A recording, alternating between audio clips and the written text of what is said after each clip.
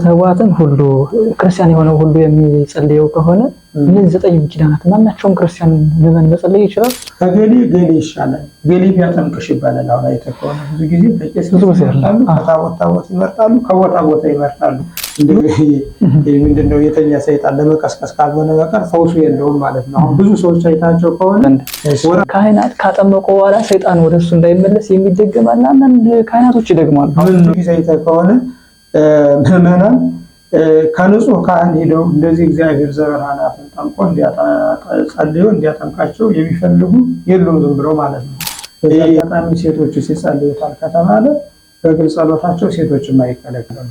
አሁን አይተህ ከሆነ ምዕመናን የሚጸልዩት ጸሎት እንኳን ለምን እንደተጻፈ ምን ሰዓት እንደሚጸለይ መቼ መጸለይ እንዳለበት ያውቁትም እና በዋናነት በህፃንነታቸው ይህንን እየጸለዩ የሚያርጉ ህፃናት በጣም እሳት ነው የሚሆነው። በስመ አብ ወወልድ ወመንፈስ ቅዱስ አሐዱ አምላክ አሜን።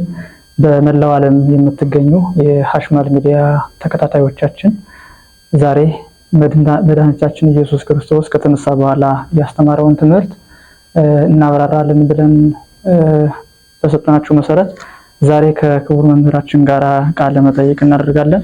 ክቡር መምህራችን እንኳን ደህና መጡ። እንኳን ደህና ቆያችሁ።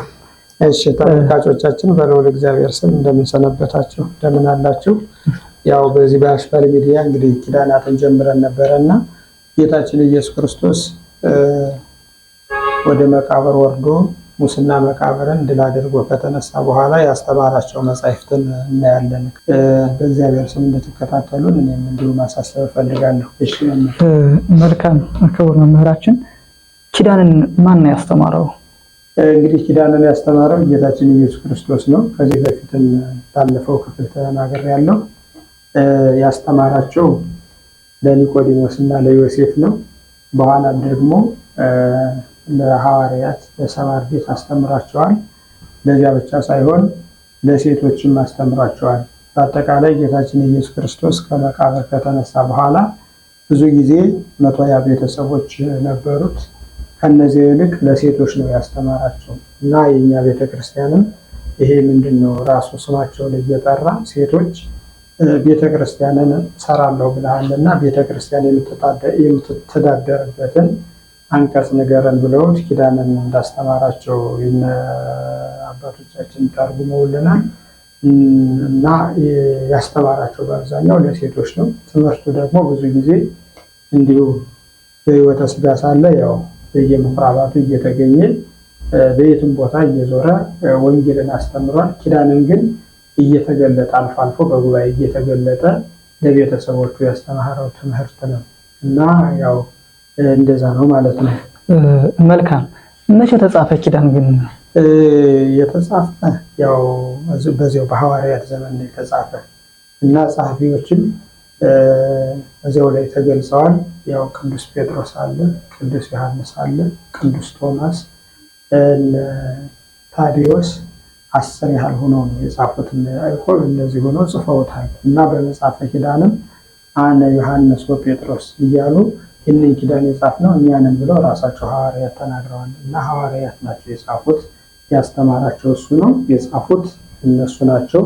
እንደገና ደግሞ ዙረው ያስተማሩት ደግሞ ከ72ቱ አርድእት በኋላ የተነሱ አሉ። ይሄ ለመጻሕፍት ሁሉ ምዕራፍን የከፈሉ እነሱ ዙረው አስተምረውታል። እንግዲህ አጠቃላይ ይሄ መጽሐፈ ኪዳን በዚህ መልኩ ይታያል ማለት ነው። መልካም። እኒህ ኪዳናት ሐዋርያት ከጻፏቸው ቤተክርስቲያን ኪዳናት ብላ የምትጠራቸው ስንት ኪዳናት አሉ? አሁን ቤተክርስቲያን ኪዳን የምትላቸው አጠቃላይ 7 ናቸው። እዚህ ጋር በእኛ ሀገር የሚታወቁት 7 ኪዳናት ነው የሚባሉ እና 7 ኪዳናት አሉን። እነዚህን እያንዳንዳቸው ልንዘረዝራቸው እንችላለን እና 7 ኪዳናት ናቸው ያሉ ለኛ ማለት ነው። መልካም። ማን ነው? አንደኛ ትምህርተ ኅቡዓት ነው ኪዳን ያሉት እና ለምን ኪዳን ተባለ ከተባለ ያው ጌታችን ኢየሱስ ክርስቶስ ከሐዋርያት ጋር ተካሂዶበታል። ለምን ምን ብሎ ከተባለ በሞቱ ለሞት ደምሰሶ በሞቱ ሞቱን አጠፋው ብሎ አባቶቻችን ከሐዋርያት ጋር የተካሄደበት ነው። ኪዳን ማለት ትምህርተ ኅቡዓት ስንል ግን ህቡዕ ምስጢር ማለት ነው። ማንም የማያውቀው ህቡዕ የሆነ ምስጢር ነው። ለምን ህቡዕ ተባለ ለምንድን ነው ህቡ የተባለው ብለን ስናይ ደግሞ እንግዲህ ምንድን ነው ህቡዓት የተባሉ እነዚህ አምስቱ አዕማደ ምስጢር ናቸው። ለምሳሌ ምስጢረ ሥላሴ ህቡ ነው። ማንም ሰው አሁን ሥላሴ በአካል በስም በግብር ሶስት በባህሪ በህልውና አንድ ናቸው ብለን እናስተምራለን። ይህንን ግን መርመራን አንደርስበትም። ምክንያቱም ይህንን እንዲሁ እናስተምራለን እንጂ እንዴት ብለን የእግዚአብሔርን ባህሪ መርምረን ማወቅ አንችልም። ፍጡር የፈጣሪን ባህሪ መርምሮ ማወቅ አይችልም። እና ቅዱስ ፊልጶስም አርየነሁ ለአብ አብን አሳየን ሲለው አይ አብን ማየት አልችልም ብሎታል። አብን ማየት እኔን ማየት ነው አለ። አሁን እግዚአብሔርንም ራሱ በለበሰው ስጋ ተመለከት ነው እንጂ በባህሪው እግዚአብሔርን ማየት የሚችል የለም። አባቶቻችን ሐዋርያትን በደብረ ታቦር ብርሃነ መለኮቱን በገለጠ ጊዜ ብርሃነ መለኮቱን ሲገልጥላቸው ደንግጠው ወደቁ ነው እንጂ በባህሪው እንዴት እንደሆነ ዓለምን እንዴት እንደፈጠረ ማወቅ አይቻልም። እና ህቡዓት የሚባሉት አጠቃላይ ምስጢረ ሥላሴ አሁን በተናገርነው ነገር አለ።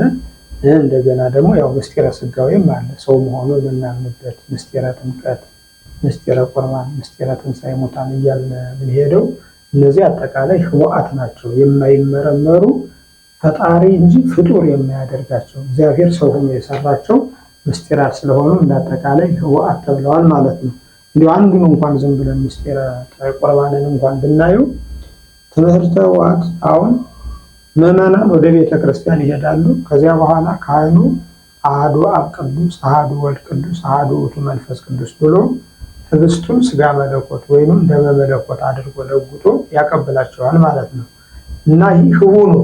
ምክንያቱም እንዲያ ባይሆን ኖሮ ምዕመናን ይህንን ትምህርተ ህቡዓት አንድነቱን ሶስትነቱን ባይማሩ ኖሮ ኪዳኑን ባያውቁ ኖሮ ምናልባትም ከትልቅ አዳራሽ ገብተን ስጋዊ ምግብ ተመግበን የመጣን እንዳይሉ የወሰዱት የክርስቶስ ስጋና ደም እንጂ በቁሙ ህብስት እንዳይደሉ፣ ህብስቱ ተለውጦ የክርስቶስ ስጋ ወይኑ ደግሞ ተለውጦ የክርስቶስ ደም እንደሆነ እንዲያውም ምን ብለዋል መምህራን የተገኘ እንደሆነ ማዕረግ ያለው ሊቀ ጳጳሱ ይህንን ለህዝቡ ማስተማር አለበት። ሊቀ ጳጳስ እንኳን ባይገኝ ኤጲስቆጶሱም ቢሆን ምዕመናንን የሚመራው ይህንን ተርጉሞ ማስተማር በቅዳሴ ክፍለ ጊዜ ማለት ነው። አዎ ለክርስቶስ ስጋ ደግሞ ከመቀበላቸው በፊት አሁንም ይነበባል ትምህርተ ህቡዓት። ክርስቶስ ማነው ምዕመናን ስጋውን ደግሞ ከመቀበላቸው በፊት ምናልባት በእኛ ሀገር የተለመደው አሁን ዲያቆኑ ነው ብዙ ጊዜ ሃይማኖት አበው ይዘው ወጥቶ ያነባዋል። ምዕመናንም ልብ ብለው የሚሰሙት አይመስለኝም። እንዲያውም አሁን አሳጠረው ስለሚባል አጭር እያደረጉ ስለሚጸልዩት ምን እንደተጸለየ ራሱ ምዕመናን ሳይገነዘቡት ነው የሚሄዱት እንጂ በታላላቅ አድባራት የሆነ እንደሆነ በደንብ ተነግሯቸው ነው ስጋው ደግሞ የሚቀበሉ ማለት ነው። ስጋው ደግሞ እየተቀበሉ ስለ ምስጢረ ቁርባን ይማራሉ። ከዚያ በፊትም ደግሞ ቀድሞ ሃይማኖት አበው ተነቦ ይህ ትምህርተ ህቡዓት የሚባለው ተነቦ ሃይማኖት አበው የተያዘ ስለሆነ ምዕመናን በደንብ አድርገው መረዳት አለባቸው። ታላላቅ አድባራት የሆኑ እንደሆነ ዓመት እስከ ዓመት ያው ከእንግዲህ የሃይማኖት አበው መጀመሪያው ትምህርተ ህቡዓት ስለሆነ ከትምህርተ ህቡዓቱ ይጀምራል። ዓመት እስከ ዓመት አንድ ጊዜ ይዘለቃል። በዕለት ዕለት እየተነበበ ማለት ነው። አንባቢ ራሱ አናጉንስጢስ አለው ተቀጥሮ ዕለት ዕለት እየተነሳ ለምዕመናን ያነብላቸዋል። ለምን ከተባለ ምዕመናን ቅዳሴ ለማስቀደስ ዕለት ዕለት የሚመጡ አሉ። ባይመጡም ደግሞ ለሀገር በረከት ለሀገር ጸሎት ስለሆነ የማይታወቅ ጸሎት ነው ይህ ትምህርተ ህቡዓት የሚባለው ማለት ነው። እንደኛም እንደግልም ካየነው በቆሎ ትምህርት ቤት የሚኖሩ የአብነት ተማሪዎች በመጀመሪያ ጊዜ ትምህርተ ህቡዓት በቃላቸው ይይዛሉ። ወዲያውኑ ከምኝታቸው ሲነሱ እሱን ሳይጸልዩ ወደ በር እንኳን አይወጡም። ለምን ከተባለ ሰይጣን እንዳይፈታተናቸው ይህንን ጸልየው ሲወጡ ግን ሰይጣንን ሰባብሮ ነው የሚጥለው። ለምን ሰባብሮ ሰይጣንን ይጥለዋል ከተባለ ራሱ ጌታችን ኢየሱስ ክርስቶስ በመስቀል ላይ በተሰቀለ ጊዜ ዲያብሎስ ሩቅ ሲመስሉት ሎቱ ስብሐት ነፍሱን ከስጋው ላይ መጥቶ ነበረ። ያን ጊዜ ክርስቶስ በመለኮታዊ ስልጣኑ መስቀሉ ላይ ቸንክሮ ይዞ አስለፍልፎታል ሰይጣንን እና ያን ጊዜ በለፈለፈ ጊዜ ራሱ ሰይጣኑ ራሱ እንደተናገረው መኑ ውእቱ ዝንቱ ዘመአኒ ስጋ ለብሶ ስጋ ለብሶ ድል የነሳው ይህ ማን ነው? መኑ ውእቱ ዝንቱ እንዚያየ ይጼው ምዕመናንን ከኔ እየማረከ ክርስቲያኖችን ወደ ገነት የሚወስድ ይህ ማን ነው እያለ ራሱ ለፍልፏል ዲያብሎስ ማለት ነው። እና ሰይጣን ስለለፈለፈ ይሄ ትምህርት በዚያ መልኩ እንዲጠቅማቸው እንዲያገለግላቸው አባቶቻችን ያደርጉት ነበረ። ምናልባት ለምዕመናን እንዲቀርባቸው እንዲሁ አለቃ ለማ ይባላሉ። ትዝታ ዛለቃ ለማ በሚል መጽሐፋቸው ብዙ ምሁራን ያውቋቸዋል። የታሪክ ባለቤት የታሪክ አባት ናቸው። በአፄ ቴዎድሮስ በአፄ ዮሐንስ እና በአፄ ሚኒሊክ ዘመን የነበሩ አረጋዊ ናቸው እና እሳቸው በመጀመሪያ ጊዜ ምን ይላሉ? የእሳቸው ልጅ እና በመጀመሪያ ለእሱ እንኳን ኢንተርቪው ሲሰጡ ይህንን ሰይጣን እንደ ሰይጣን እንዳይፈታተን ጧት ልክ ከምኝታ እንደተነሳ ከምኝታቸው እንደተነሱ እየጸለዩት እንደሚሄዱ ተርከውለታል ማለት ነው። እና በዚህ አጋጣሚ አሁን የቤተ ክህነት ሰዎች ብዙ ጊዜ ትምህርተ ኅቡዓት ሳይጸልዩ አይቀሩም። ጌታችን ኢየሱስ ክርስቶስ ያስተማረው ስለሆነ ይህንን ጸልዩ ነው የሚወጡ። ይህንን ሳይጸልዩ አይወጡም። እና ትምህርተ ኅቡዓት ያው ከዚህ ጋር ተያይዞ የሚነገር ነገር ነው ማለት ነው።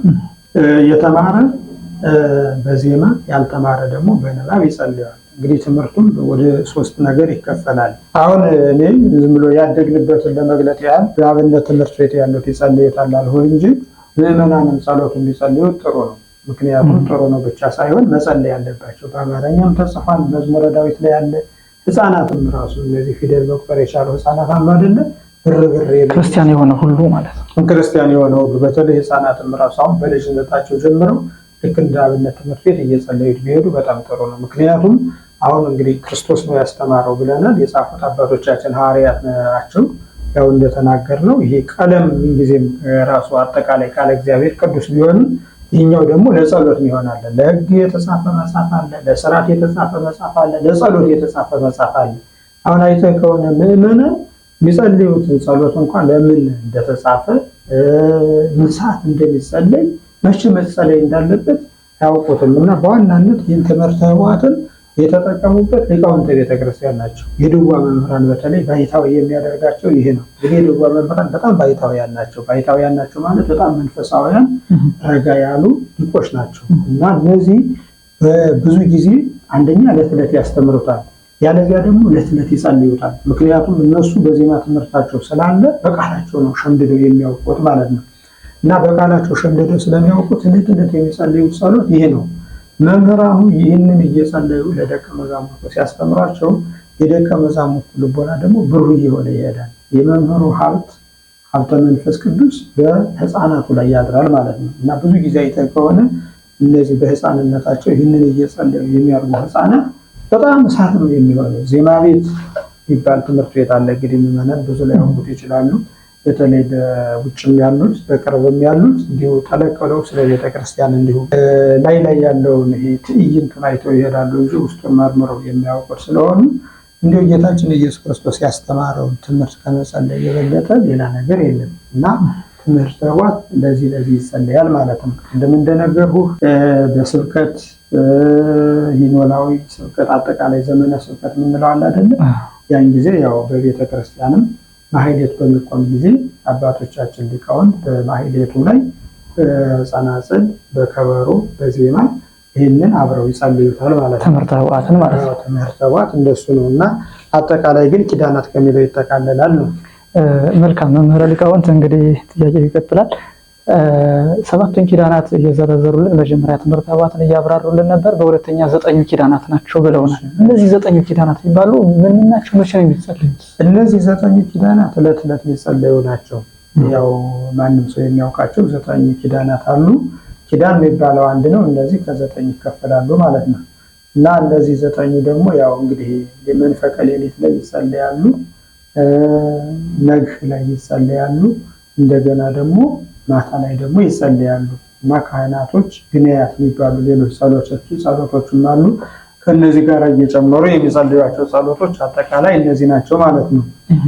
እና በዋናነት ያው እንግዲህ ካህናት ሌሊትም ስለማይተኙ ግማሹን 3ቱን ያህል ከቤተ ክርስቲያን ሄደው ያው ለምዕመናን ይጸልዩላቸዋል ማለት ነው። ደግሞ 3ቱን ያህል ጠዋት ላይ እንዲሁ ያደርሱላቸዋል ማለት ነው።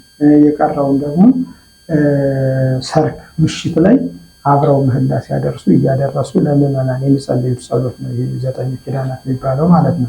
መልካም። እንደዛ ከሆነ ትምህርተ ኅቡዓትን ሁሉ ክርስቲያን የሆነው ሁሉ የሚጸልየው ከሆነ እነዚህ 9 ኪዳናት ማናቸውም ክርስቲያን ምዕመን መጸለይ ይችላል? ማናቸውም መጸለይ ይችላል። ግን ከቤተ ክርስቲያን የሚጸልዩ አሉ፣ በግል የሚጸልዩ አሉ። ቤተ መቅደስ ላይ ሲሆን ለካህናት ብቻ ነው።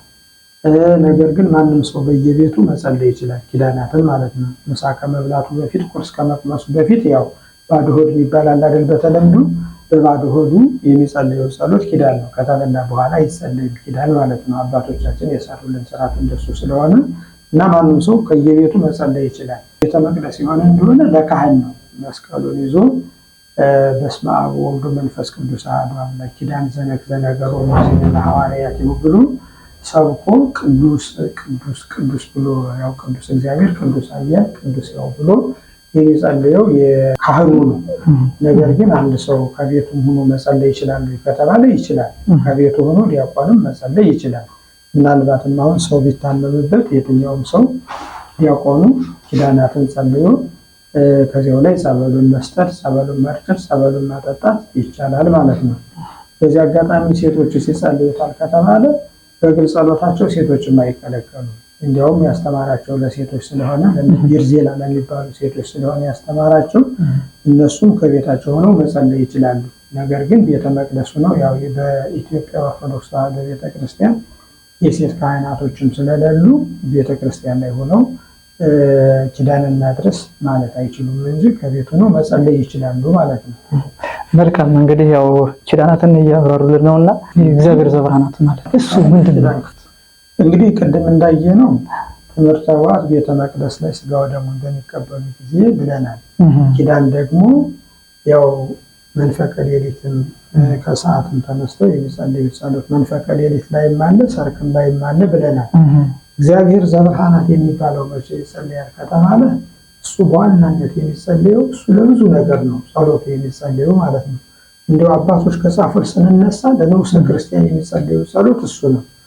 ያ ማለት ምን ማለት ነው? በ40 በ80 ቀን ክርስቲያኑ ይጠመቃለሁ ካለ መጀመሪያ መጥቶ ትምህርት ይማራል። ወደ ቤተ ክርስቲያን ከመግባቱ በፊት ትምህርት እናስተምረዋለን። ከዚያ በኋላ ደግሞ ትምህርት እየተማረ ዋናውን ጥምቀት የልጅነት ጥምቀት ከመጠመቁ በፊት እግዚአብሔር ዘብርሃናት እየተጸለየለት ይጠመቃል። ይህ ምንድነው? ክርስቲያን መሆን የሚፈልገው ሰው ማለት ነው። በምን ይጠመቃል ከተባለ ምናልባትም ጋኔን ቢያድርበት ሰይጣን ቢኖርበት ይህንን ነገር እየጸለዩ መጀመሪያ ያጠምቆታል። ዛሬም ይደረጋል ማለት ነው። እና ያን ጊዜ ምልክት ያሳያል። እንግዲህ ሰይጣን ካለበት ይባባል ለቀቁ ይላል። ያው መንፈራገጥ ነገሮች አሉ ማለት ነው። አይኑን ያስፈጠጠዋል።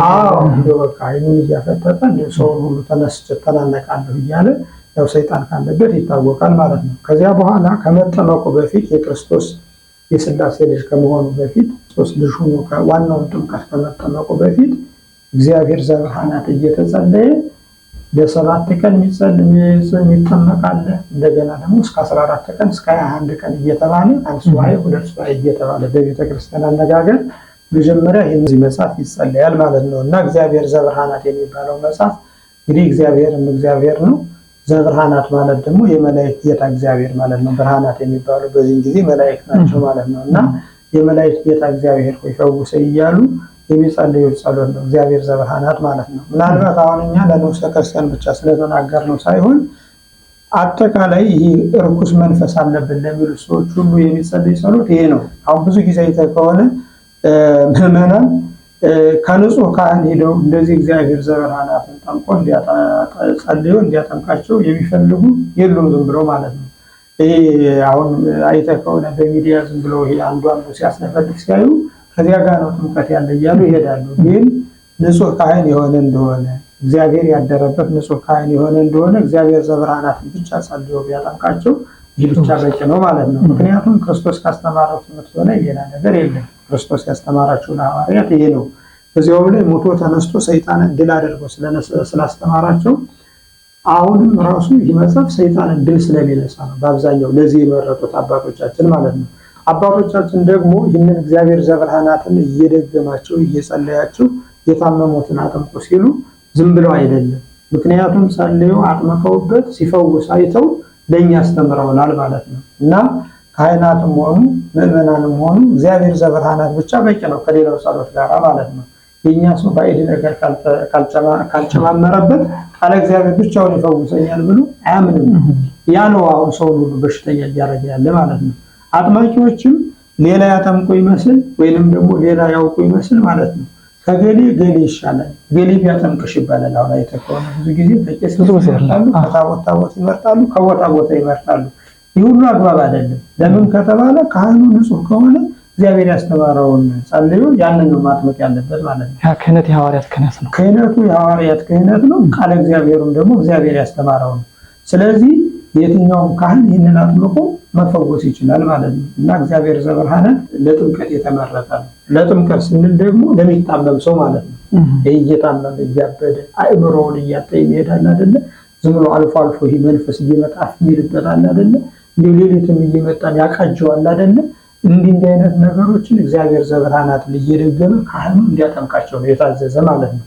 ሌላ ብዙ ያው ኪዳናትን ያደርሳል፣ የግል ጸሎቱን ያደርጋል፣ ያስቀድስበታል። በዋናነት ግን በቃ ጸበሉን ከፊቱ አድርጎ እግዚአብሔር ዘበርሃናትን ሳይጸልይ ግን መስጠት የለበትም ማለት ነው። ተጠማቂውም ይህንን አውቆ አምኖ መጸለይ ያለበት ማለት ነው። ያን ጊዜ በውስጡ የሚረብሸው ነገር ካለ እንደው ይሄ ብዙ ነገር አጣው ርኩስ መንፈስ እየተጋፋኝ ነው እና የታባቴ ልሂድ ብሎ ከመቸገር ይልቅ ይህንን እባካቸው እየጸለያቸው አጥምቁኝ ብሎ መጠመቅ አለበት ማለት ነው። ይህንን እኔ አይደለም ያልኩት ራሱ ሊቃውንተ ቤተክርስቲያን ኪዳናትን ሲያድሉ ትምህርተ ሕዋትን ለስጋው ለደሙ አደረጉት። ኪዳናትን ደግሞ በመንፈቀ ሌሊት እየተነሱ አጠቃላይ ለሁሉም ጸሎት አደረጉት። እግዚአብሔር ዘበርሃናትን ግን ለይተው ለታመሙ አደረጉት ማለት ነው። እግዚአብሔር ዘበርሃናት ላይ ብዙ ጊዜ የህዝቡ ችግር ይሄ እዚህ ጋር ስለሆነ ማለት ነው። አሁን ብዙ ጊዜ የህዝቡ ችግር አይተህ ከሆነ በየቦታው ብዙ ጸበሎች አሉ ማለት ነው። የራሱ የቅዱሱ ቃል ኪዳን የሚፈውሳቸው አሉ። ደግሞ አንዳንዱ ጸበል መሄድ ካልቻሉ ደግሞ ከቤቴ ነው መጠመቅ የሚገባኝ ካሉ ካህኑ ይህንን ደግሞ እነሱን ማጥመቅ አለበት ማለት ነው። እንደገና ደግሞ ጥምቀትን መደንን እንጠመቃለን ካሉ በጀሪካ ነገር ጸበሉን አምጥቶ እግዚአብሔር ዘበርሃናትን እየደገመ የጸለየላቸው እንደሆነ ይፈወሳሉ ነው። እና ስለዚህ ተጠማቂም ይህንን መገንዘብ አለበት ማለት ነው። መልካም። አሁን እግዚአብሔር ዘበርሃናት የሚጸለየው ወይም የሚጠመቁት ንዑሰ ክርስቲያን ናቸው ብለውናል። እና ንዑሰ ክርስቲያን ማለት ነው ጥያቄ ስመልስ ንዑሰ ክርስቲያን የሚባሉት ያምናሉ፣ ነገር ግን ከመጠመቅ በፊት ጊዜ አላቸው። አንድ ሰው አመኑ ስላለ ወስደህ አጥምቀህ ክርስትና አታነሳው። በዚያ መካከል ማስተማር አለ። ያ ትምህርቱ ደግሞ ምን ሰዓት ይጨርሳል ከተባለ እንደ ሰውየው አረዳድ ይወሰናል ማለት ነው። ቢያንስ እንኳን አልረዳህ ካለ እስከ 3 ዓመትም ቢሆን እስከ 2 ዓመትም ቢሆን መላልሰህ ደጋግመህ ማስተማር አለብህ። አስተምረህ ነው ክርስትና የምታደርገው እንጂ አባልህን ለማብዛትና ክርስቲያንን ለማብዛት ብለህ ሳታስተምር ዝም ብለህ ግፋፉ አትሰበስብም ማለት ነው። እና ንዑሰ ክርስቲያን የሚባሉት እንደሱ ናቸው። አሁን አንድ ሰው መጥቶ እኔ ክርስቲያን መሆን እፈልጋለሁ ቢልህ አይ ሄድና ካህኑ ያጥምቅህ አይደለም የሚባለው ማለት ነው። እኔ ክርስቲያን መሆን እፈልጋለሁ ካለ ክርስቲያን መሆን ከፈልግ ጥሩ ነው እንኳን መጣህ።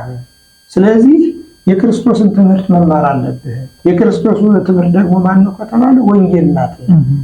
መውጣት ማነው ከሰማይ ሰማያት መውረዱ ከድንግል ማርያም መወለዱ ለኛ ብሎ መስቀል ላይ መሰቀሉ ቢያንስ ይህንን መማር አለበት። ከዚያ በኋላ ደግሞ ስጋውን ቆርሶ ደሙን አፍሶ ያንን የቆረሰውን ስጋና የፈሰሰውን ደም በልቶ ጠጥቶ የክርስቶስ ልጅ እንደሚሆን እናስተምራለን ማለት ነው። ከዚያ በኋላ ምናልባትም ያ ሰው እንደዚህ ሲሆን መቼም ደዌ ስጋ ደግሞ ቢያድርበት ይሄንን እየጸለይን እናጠምቀዋለን ማለት ነው። ስለዚህ ንዑሰ ክርስቲያን ማለት እንደሱ ነው። ለዚህ ነው ሁሉንም ቃለ ወንጌል ሳይማር እንዳይጠመቅ ነው አይደለ?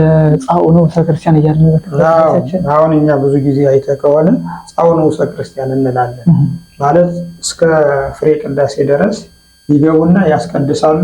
ነገር ግን ጻኡ በሚባል ጊዜ ደግሞ ይወጣሉ ማለት ነው። እና እንደዚህ እያደረጉ ስርዓተ ቅዳሴውን እያዩ እየለመዱ ከዚያ በኋላ ነው የሚጠመቁ። አሁን ነው በቃ ዝም ብሎ ማክሰኞ ከመጣ ረቡዕ አጥምቁት እንዳይገባ የሚባል እንጂ ቀደም ባለው ሰዓት እንደዚህ ነው። ስርዓቱ ይቀድማል፣ ትምህርቱ ይቀድማል ማለት ነው። እንቅድመ ይባው ስተህሬት ይደሉ ይማረወሙ ቃለ ሃይማኖት ወደ መጠመቅ ከመግባታቸው በፊት አስቀድሞ የእግዚአብሔርን ቃል ያስተምሯቸው፣ ከዚያ በኋላ ቀስ ብለው ይጠመቃሉ ነው። እንደዛ ነው። መልካም። ያው እግዚአብሔር ዘበርሃናት ከተነሳ ዘንዳ በዚህ በጥምቀት ዙሪያ ብዙ በምናምን ዘንድ የሚነሱ ጥያቄዎች አሉ። አሁን መምህራችን ለምን ተመረጠ የሚለውን አንድ በደንብ አድርገን አሁን ራሱ እግዚአብሔር ዘበርሃናት ምን ይላል ከተባለ አንደኛ የእግዚአብሔርን ስም ደጋግሞ ይጠራል። ነገር ግን ለምንድን ነው እሱን የመረጡት ሊቃውንት ከተባለ ዝም ብሎ በድንገት የተመረጠ እንዳይመስል ቀለሙ ራሱ ምንድን ነው የሚለው ወድቀ ዲያብሎስ፣ ዲያብሎስ ወድቀ ይላል።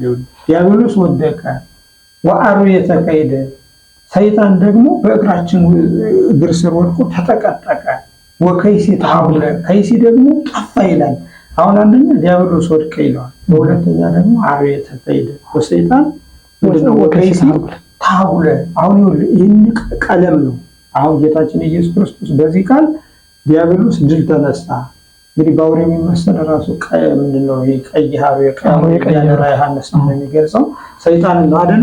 ሰይጣን ደግሞ ምንድነው ያለ በእግራ ተጠቀጠቀ ይላል። ምክንያቱም ሰይጣን ከእግራችን ስር ወድቆ መጠቅጠቅ ይችላል ማለት ነው። አባቶቻችን እንደሱ አድርገውታል። አሁን አይታቸው ከሆነ አባቶቻችን ሐዋርያት እንደሚያስተምሩት ጊዜ ሰይጣንን እንደ መብረቅ ሲወድቅ አየነው ብለዋል። እና ወድቅ ነው አሁን ሰይጣን ይህ ሲጸለይ ከእግራችን ስር ይወድቃል ማለት ነው። ያለዚያ ዝም ብለን ሂደን እኛም ሳንጾም ይህም ሳይጸለይልን ሂደን ዝም ብለን ጸበል ተመክተን ብንመጣ ምንድነው የተኛ ሰይጣን ለመቀስቀስ ካልሆነ በቀር ፈውሱ የለውም ማለት ነው። አሁን ብዙ ሰዎች አይታቸው ከሆነ ወረፋ ይዘው ተጠምቀው ይመጣሉ እንጂ በስነ ስርዓት እስቲ ካህኑን በስነ ስርዓት ጸልይ ሱባኤ አጥምቀን አይሉ ካህናትም አንዳንዶች ሁሉን ማለት አይደለም የተወሰኑ ካህናትም በቃ ዛሬ ነፍስ ልጅን አጠምቃለሁ ብሎ ሂደው ጸበሉን በራሳቸው ላይ አፍስሰው መውጣታቸውን ነው እንጂ እንደማጥመቅ የሚቆጥሩት የትኛውን ጸሎት ጸልዬ ማጥመቅ አለብኝ እንኳን ብለው ብዙ ጊዜ አይጠይቁም ማለት ነው። በተለይ ወጣት የሆኑ አባቶች ያውቁታል፣ እነሱን መውቀስም አይደለም ማለት ነው። ከወጣቶችም ያውቁታል። አንዳንዶች ግን በዘልማድ አይታቸው ከሆነ በቃ ዛሬ ሂጄ ንስሐ ልጅን አጥምቄ ልምጣ ብሎ ወይ ከቤት ሄዱ ወይ ከቤተ ክርስቲያን ሄዱ ማለት ነው። እሱ ነው ጸበሉ አልጭላት መቀሽልና እንዳለ ከራሷ ላይ ደፍቶባት ተነስቶ ወደ ስራ ይሄዳል ማለት ነው። እንዲህ ማለት በጣም የተከለከለ ነው። ከዚያ በፊት አንድ ካህን ጸበል አጠምቃለሁ በዚህ ሳምንት ካለ እግዚአብሔር ዘብርሃናት አለ፣ ሌሎችም ጸሎት አሉ፣ ሱባኤም አለው ማለት ነው። ይህ ምንድነው? በምንጣፍ አንድ መሆን፣ ይሄ ከሚስቱ ጋር በምንጣፍ አንድ መሆን ከዚያ መከልከል አለበት። ሱባኤውን መክበር አለበት፣ ጸሎቱን መጸለይ አለበት። ምክንያቱም ያ የኔ ጸሎት የኔ በረከትና እግዚአብሔር በእኔ ላይ አድሮ እንዲፈውስልኝ ብሎ ከእግዚአብሔር ስር መንበርከክ አለበት። ያለዚያ ዝም ብሎ በዘልማድ አጥምቆ በዘልማድ ቢመለስ አይሆንም ማለት ነው። ይህንን ያመለክታል። በአጠቃላይ ያው መችስ እግዚአብሔር ዘብርሃናት አሁን እኛ ስለ ጥምቀት ማስተማር ብለን አይደለም። እግዚአብሔር ዘብርሃናት እንደዚህ ከተጠመቀ እንዴት ነው መጠመቅ ያለበት የሚለውን ስናነሳ በደንብ አፍርጠን መናገር ስላለብን ነው ማለት ነው። አይ ቃለ ሕይወት ያሰማልን መምህራችን። በዚሁ ጋር በጸበል ጋር የተነሳ አንዳንድ ነገሮች በምዕመናን ዘንድ ይስተዋላሉ፣ በካህናትም ዘንድ። ካህናት ካጠመቁ በኋላ ሰይጣን ወደሱ እንዳይመለስ የሚደገማል። አንዳንድ ካህናቶች ይደግማሉ። ወደሱ አስተምህሮ ከቤተክርስቲያን ዘንድ ጋር እንዴት ይሄዳሉ? አይ አሁን እንትን አይደለም ለሌላ ለምዕመናንም ግር እንዳይላቸው እኔ ማውቀው ካህናት ራሱ በመጀመሪያ ደረጃ እያጠመቁ ሲያጠምቁ ዝም ብለው አይደለም የሚያጠምቁ፣ ይጸልያሉ። ለምንድን ነው? አሁን ዞሮ አንድ ሰው መንፈስ ርኩስ ካደረበት ያንን የሚያጠምቅ ካህን ጸሎት ሳይጸልይ አያጠምቅም። ያ ጸሎት ወደ እርሱ እንዳይመጣ ይከላከልለታል። ሰይጣንም ይመጣል እኮ ካልጸለይ ማለት ነው። ካህኑንም እኮ ካህን ነኝ ብሎ ያፍረው እንትን እናውቃለን። ካህኑ እኮ ራሱ ታሞ ወይም ደግሞ መንፈስ ርኩስ አድሮበት ራሱ። ስለዚህ ካህኑ አሁን በመጀመሪያ ደረጃ ካህኑ በስመ አብ ወወልድ ወመንፈስ ቅዱስ አሐዱ አምላክ ብሎ ቅዱስ እግዚአብሔር ቅዱስ ኃያል ቅዱስ ሕያው እያለ ካህን ኪዳን እየደገመ ነው የሚጸልየው ማለት ነው። ያ ጸሎቱ ለምን ይጠቅም ያጠምቀው? ያ ጸሎቱ ለምን ይጠቅማል ከተባለ በዋናነት ተጠማቂው እንዲፈውስ ይጠቅመዋል ማለት ነው። በሁለተኛ ደረጃ ደግሞ ሰይጣን ራሱ ከተጠማቂው ወጥቶ በሱም ላይ እንዳያደር ይከላከልለታል፣ ይጠብቀዋል ማለት ነው። እና ጸሎቱ ለዚህ ይጠቅማል። ለዚህ ብቻ አይደለም፣ አጠቃላይ ለሀገር ይጠቅማል እና ሳይለ ምሕረት እንዲወርድለት ሀብተ ፈውስ እንዲያገኝ። ስለዚህ ካህኑ እየጸለየ እንዲያው አንዳንድ ካህናት ምናልባት በፍርሃት ዝም ብለን ይህንን ሳንጸልይ ካህኑ በየማን ነው ጋኔኑ በእኛ ላይ ያድራል ብለው የሚሰቡ ካሉ እሱ ዝም ብሎ በመጽሐፍ ያልተጻፈ ዝም ብሎ በባህል የሚፈሩ ካህናት አሉ። ካህን ሰይጣን ካስለቀቀ ከሱ ላይ ሰይጣን አያድርበትም። ሌላውን ካዳነ እሱን ምን ብሎ መጥቶ ይይዘዋል ማለት ነው። እና እንዲህ በዘልማድ የሚያደርጉ ካሉ እነሱ እንደዚያ እንዳያደርጉ ወደፊት የሚጸልዩ ጸሎት አንደኛ የታመመውን ሰው እንዲፈውስላቸው ነው። በሁለተኛ ደረጃ ደግሞ ሰይጣን ወደ እነሱ እንዳይመጣ ይጠብቃቸዋል። በሶስተኛ ደረጃ ደግሞ ያው እንደው ዝም ብሎ አያጠምቁም። ማጥመቅ ስለሆነ እየጸለዩ ስለሆነ እንደዛ በዚያ መታየት አለበት ማለት ነው። መልካም። ካህናት እንዲህ ካደረጉ ምዕመናን ደግሞ ከካህናት አይተው ብዙ ነገሮችን ያደርጋሉ። አሁን ለምዕመናን ትምህርት እንዲሆን ነው። በየጸበል ቦታው ሂደው ተጠምቀው ሲመለሱ የያዛቸው ደዌ ከለቀቃቸው በኋላ እንዳይመለስባቸው እቃቸውን ጥለው ይሄዳሉ። የወሰዱትን እቃ ሳይመልሱት ጥለውት ይመለሳሉ። ባዷቸውን ይመለሳሉ። አዎ። ሁለተኛ ደግሞ በሄዱበት ጎዳና አይመለሱ። እስኪ ለምዕመናን ትንሽ ይሄን ሁሉ ነገር ያደርጋሉ። እሱ ካለመማር ነው እንጂ ሰይጣን መንገድ ቀይረ ስለመጣ እዚያ ይቀራል ማለት አይደለም። እንደገና ደግሞ ስንቅ ይዘህ ሂደህ ስንቁንም መልሰህ ይዘህ ከመጣ ስንቁ ሰይጣኑ ከስንቅ ጋር ተመልሶ ይመጣል ማለት አይደለም። ግን አሁን መማር ማስተማር የሚቀረው ከዚህ ጋር ነው ብዙ ጊዜ ማለት ነው። ካህኑ ይህንን ሁሉ ማስተማር አለበት። አዎ አሁን ተረፈ ደዌ ያለብን ብሎ እየተጠራጠሩ ነው። ምናልባት እኛን ሲለቀን በስንቋ ቆማዳ ላይ አድሮ እንደገና ወደ ቤታችን ሊመለስ ይችላል። እኛን ሲለቀን ይዘነው ከሄድን ጥሬ ጋር ሰይጣኑ ተመልሶ ሊመጣብን ይችላል ብለው ማለት ጸበል ቦታ እንደሱ በጣም ምዕመናን የፈጠሩት ይገርሞታል። ደህና ዋሉ ደህና ሰንብቱ እንኳን ብለው አይደል ስንት ወር አብረዋቸው የቆዩት ተሰናብተው ሲመጡ አይ ሁሉ ዝም ብሎ በባህል ተውት ነው። እንግዲህ ሁሉም ቦታ ላይ ላይሆን ይችላል። አንዳንድ ጊዜ እኛ ሰው ዝም ብሎ ከመምህር ያልተማረውን ስርዓተ ቤተክርስቲያን ያልደነገገውን ራሳቸው የጸበል ቦታ ላይ ያሉት ሰዎች ራሳቸው የሚፈጥሩት ነገር አለ። አሁን ብዙ ጊዜ እኔም እንደዚህ ትላልቅ ቦታ ጸበል ሲሄድ ከቤተክርስቲያን ያልተጻፈ ነገር ግን ጸበልተኛው ብቻ የሚፈጥረው ህግ አለ። አሁን ለምሳሌ አንድ ሰው 7 ቀን ተጠምቆ ከዚያ በኋላ ከደዌው ድኖ ወደ ቤቱ በሚመለስ ጊዜ አብረው የነበሩ ሰዎችን ሰላም ብያቸው ከሄድ የነሱ ሰይጣን ተከትሎ ይመጣል። ስለዚህ ሰላም ብዬ መሄድ የለብኝም ብሎ ጠፍቶ መሄድ ክልክል ነው። ሰላም ብሎ ተሰናብቶ እኔን የፈወሰ መድኃኔዓለም እናንተንም ይፈውሳችሁ፣ እኔን ከደዌ ያላቀቀች እመቤታችን ቅድስት ድንግል ማርያም በበረቱ በጸሎቷ በአማላጅነቷ ተርዳችሁ ሳሊለነ ቅድስት እያላችሁ ጸልዩ ብሎ አበረታቶ ማለት ነው። እንዲያውም ያው እኔ ድኛለሁ ብሎ ምስክርነት ሰጥቶ ነው መመለስ ያለበት እንጂ አሁን አንተ የምታወራኝ አጉል ባህል የሚባለው ምናልባት ሰላም ብዬ ከሄድ ሰይጣን እኔን ተከትሎኝ ይመጣል ብሎ ማሰብ ከንቱ ነው። ያ የዳነው ሰው ያው እኔ ድኛለሁ ብሎ ምስክርነቱን ለእግዚአብሔር ሰጥቶ ያው ድኛለሁ ባልጋ መጥቼ ነበረ በእግሬ ተመልሼ ልሄድ ነው። ወደዚህ ጸበል ቦታ ስመጣ አይኔን ይሸፍነኝ ነበረ፣ ይሄው አይኔ ተገልጦ ጤና አግኝቻለሁ። ወደዚህ ቦታ ስመጣ መናገር አልችልም ነበር፣ ያው አንደበቴ ተፈቶ እየተናገርሁ ነው።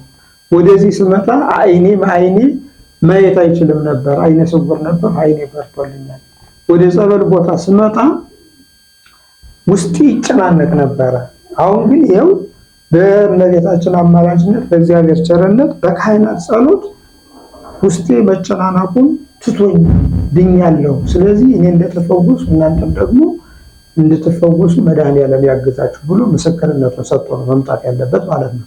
ሲጀመር ሰይጣንም አንድ ጊዜ ተለቀቀ ማለት ነው እንዴት ይስተን ነው እንዴት ቢያበን ነው የደረሰበት አይታወቅም። አንተን መንገድ ላይ ጠብቁ ሁለተኛ አድረም ያን ሰው አይ መንገድ ላይ ጠብቄ እንደገና ይዘዋለሁ ብሎ መንገድ ላይ የማይጠብቀውም እና እንዲህ አይነት ፍርሃት ስጋት ያለባቸው ምዕመናን ይህንን ፍርሃት ስጋት መተው አለባቸው። ይልቁንም ሰይጣን ሊፈትናቸው የሚችል መምህር ያልነገራቸውን ቤተክርስቲያን ያላስተማረቻቸውን እንዲህ አይነቱ ራሳቸው ከውስጣቸው የሚፈጥሩትን አምልኮ ባይድ አምልኮ ማስገባት የለባቸው እና ስለዚህ እንዳጠቃላይ ሄደው ተጠምቀው መመለስ አለባቸው ማለት ነው። ወደ ርዕሰ ጉዳያችን ስንመለስ እንግዲህ መምህር ምንድነው የምናደርገው? ያው እግዚአብሔር ዘብርሃናት ነው ያነሳ ነው ማለት ነው። እንግዲህ 3 ኪዳናትን አይተናል። አንደኛው ትምህርተ ዋት ነው፣ ሁለተኛው 9 ኪዳናት ናቸው፣ ሶስተኛው ደግሞ እግዚአብሔር ዘብርሃናት ነው።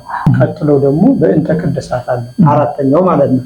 ይሄ በእንተ ቅድሳት በቅዳሴ ጊዜ ዲያቆኑ ለምዕመናን የሚጸልየው ጸሎት ነው እና በእንተ ፍሬ ምድር ብሎ በምድር ለተዘሩ ለፍሬያት ይጸልያቸዋል። በእንተ ነጋዴያን ብሎ ደግሞ ለሚነግዱ ሰዎች ይጸልዩታል ማለት ነው። ስለዚህ ነጋዴያን ካሉ ይህንን መጸለይ ያለባቸው ማጸለይም አለባቸው። ምክንያቱም ንግዳቸው እንዲሰምርላቸው እንዲባረክላቸው ካህኑ ይህንን ይጸልይላቸዋል ዕለት ዕለት። አሁን በእኛ በኢትዮጵያ ኦርቶዶክስ ተዋሕዶ ቤተክርስቲያን ምንጊዜም ቅዳሴ አይታወልም እና ምንጊዜም በቅዳሴ ጊዜ ለነጋዴያንም ለገበሬዎችም ለምድርም ለሁሉም ነገር አራተኛው በእንተ ቅድሳት ተብሎ ይጸለያል ማለት ነው። ያው አምስተኛው እንግዲህ ይሄ ምንድነው በሰማይ ያሉ ልብክሙ የሚል ነው። ይሄ ደግሞ ሰማያዊ ሀብቱን ሰማያዊ ርስቱ መንግስተ ሰማያትን እንድናስብ ይሄ ቅዳሴ እግዚእ ከመግባታችን በፊት በዚያ ውስጥ የሚገኝ ጸሎት ነው። ይሄ አምስተኛው ነው ማለት ነው። ቀጥሎ ያው ቅዳሴ እግዚእ ይባላል። ጌታችን ኢየሱስ ክርስቶስ ያስተማረው ቅዳሴ ነው። በአባቶቻችን ሊቃውንተ ቤተክርስቲያን ዕለት ዕለት የሚቀድሱት ቅዳሴ ነው። በአብዛኛው የጌታችን በዓል ሲሆን ቅዳሴ እግዚእና ቅዳሴ ሐዋርያት ብዙ ጊዜ ስለሚቀደስ ያው ምዕመናን ቁመው ያስቀድሳሉ፣ ምዕመናን ይቀድሳሉ። እና ይህንን ሁሉ ጌታችን ሞቶ ከተነሳ በኋላ ያስተማረው ትምህርት ነው። አንዳንድ ጊዜ አይተህ ከሆነ ሌሎች ቤተ እምነቶች ቅዳሴውን ትርፍ ትምህርት ነው የሚመስላቸው። የኛ የኢትዮጵያ ኦርቶዶክስ ተዋሕዶ ቤተክርስቲያን ግን ቅዳሴው ራሱ ከቅዳሴ እግዚእ ጀምሮ አንደኛ ሐዋርያት ያስተማሩት ናቸው። በሁለተኛ ደረጃ ደግሞ ማነው አንደኛ ጌታችን ኢየሱስ ክርስቶስ ያስተማረ በሱ ስም የተጠራው ቅዳሴ እግዚእ ነው። ቅዳሴ ሐዋርያት አለ። ቅዳሴ ዮሐንስ ወልደ ነጎድጓድ አለ። ያው እንግዲህ ሐዋርያት አሉ፣ ጌታ አለ፣ እንደገና ዮሐንስ በራሱ የደረሰው አለ። ከዚያ በኋላ የኢትዮጵያ ኦርቶዶክስ ተዋሕዶ ቤተክርስቲያን ታቦት የቀረጸችላቸው መጽሐፋቸውን የተቀበለችላቸው ሌሎች ሊቃውንት አሉ። እነ ቅዱስ ቄርሎስ፣ እነ ቅዱስ ባስልዮስ፣ እነ ቅዱስ ጎርጎርዮስ፣ እነ ቅዱስ ዮሐንስ አፈወርቅ፣ እነ ቅዱስ አትናቴዎስ የሚባሉ የእነዚህ ቅዳሴ ቅዱስ ዲዮስቆሮስ፣ እነ ኤጲፋንዮስ በዋናነት ግን እነዚህን ሁሉ ቅዳሴ ስማቸው የቅዱስ ኤጲፋንዮስ፣ የቅዱስ አትናቴዎስ፣ የቅዱስ ጎርጎርዮስ ቅዳሴ እንበለው እንጂ ቅዳሴውን ግን ገብተህ ስታነበው ማለት ነው ጌታችን ኢየሱስ ክርስቶስን የሚያመሰግን መጽሐፈ ኪዳን ነው። እነዚህ ሁሉ ማለት ነው ከዚህ ጋር አብሮ ይህንን አክሊል መስሎ የተደረሰ ነው ማለት ነው። እና ያው ቅዳሴ እግዚእን ያው በስድስተኛ ደረጃ ይተናል። በሰባተኛ ደረጃ ቅዱስ ቅዱስ የሚል ራሱን የቻለ ጸሎት አለ። ይህ ጸሎት መቼ ነው የሚጸለይ ከተባለ አንድ ሰው ስጋውን ደሙን በሚቀበልበት ጊዜ ልክ ወደ አፉ በሚልክበት ጊዜ ወደ አፉ መላክ ማለት እንግዲህ በምዕመናን በሚረዱት አማርኛ ስናርገው ስጋውን ደሙ ሲቀበል ወደ አፉ ካፉ ላይ ልክ ካህናት ሲጥሉት ቅዱስ ቅዱስ ቅዱስ ቅዱስ እያለ ያንን ስጋ መለኮትና ደመ መለኮት ያኝከዋል ማለት ነው። ይህንን ሳይጸልይ ዝም ብሎ እንትን አይለው አይቻልም። እንዲያውም ይህንን ራሱ ተቀበሉ ያልቻለ እንደሆነ ካህኑ ይጸልይላቸው ስለተባለ ነው። ቅዱስ ቅዱስ በውስጡ ይጸልይ በዚያ ነው። አሁን አንዳንድ ጊዜ አይተህ ከሆነ ይሄ የክርስቶስ ስጋና ደም እንግዲህ ይሁዳም እኮ ተቀብሎታል። ግን ይሁዳ የክርስቶስን ስጋና ደም በመቀበሉ አልተጠቀመም። ወንዘ ይደረሩ ቦአ ሰይጣን ሰልበ ይሁዳ ስጋውን ደሙን ሰጥቶት በተቀበለ ጊዜ ሰይጣን አደረበት ነው የሚለው እና ሰይጣን እንዳያድርበት ስሉስ ቅዱስ ስሉስ ቅዱስ እያለ መጸለይ ያለበት ማለት ነው። እና አጠቃላይ ይህ መጽሐፈ ኪዳን የሚባለው እንዲሁ ከምሉ በክፍሉ ከረጅሙ ባጭሩ ይህንን ያመለክታል። ሌሎች ከዚህ ከመጽሐፈ ኪዳናት ቀጥለው አብረው የተሰሩ መጻሕፍቶች አሉ ማለት ነው። እነሱም ደግሞ ሌላ ጊዜ ሰፋ አድርገን ለሊቃውንት በሚመጥን መልኩ እናየዋለን። እዚህ ጋር ይበቃናል። መልካም መምህረ ሊቃውንት ቃለ ሕይወትን ያሰማልን። እንግዲህ ሰባቱን ኪዳናት ዘርዘር አድርገው አሳይተውናል። መልካም በመላው ዓለም የምትገኙ የሐሽማል ሚዲያ ተከታታዮቻችን ከመምህረ ሊቃውንት የኔታ ማይበል ፈጠነ ጋር ያደረግነው ቆይታ ይህን ይመስል ነበር። ቀጣይ በሌላ መርሃ ግብር እስክንገናኝ መልካም ቆዩ።